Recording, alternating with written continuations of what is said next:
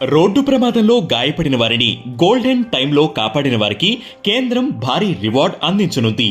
ఎలాంటి లాభాన్ని ఆశించకుండా, బాధితులతో ఏ సంబంధం లేకుండా ప్రమాదంలో గాయపడిన వారిని గంటలోగా ఆసుపత్రికి తరలించే వారికి కేంద్రం ఇప్పటివరకు 5,000 రూపాయలను రివార్డుగా అందిస్తోంది.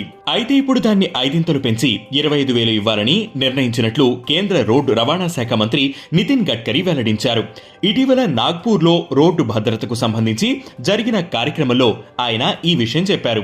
గాయపడి ఆసుపత్రిలో చేరిన వారికి మొదటి వారం రోజులు చికిత్స అందించేందుకు అయ్యే ఖర్చుల్లో 1,50,000 రూపాయల వరకు కేంద్రం భరిస్తుందని స్పష్టం చేశారు.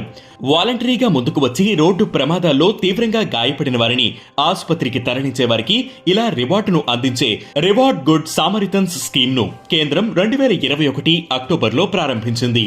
ఈ చట్టం ప్రకారం ప్రాణదాత రివార్డును పొందాలంటే ఆఫ్లైన్లో దరఖాస్తు చేసుకోవాల్సి ఉంటుంది.